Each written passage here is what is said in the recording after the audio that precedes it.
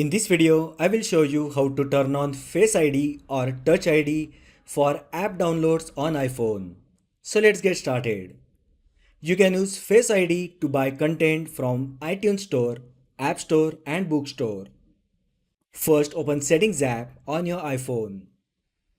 Next, tap Face ID and passcode. For security reasons, enter your iPhone passcode. Under Use Face ID for section, you will find iTunes and App Store option with toggle button. Just turn on iTunes and App Store toggle button. Once done, next time when you try to purchase or download any app from App Store, Face ID will be activated and on successful recognition, you can proceed with app purchase. So that is how you can turn on Face ID or Touch ID for app downloads on iPhone. If you find the video helpful, then like the video, share with your friends and subscribe to my channel.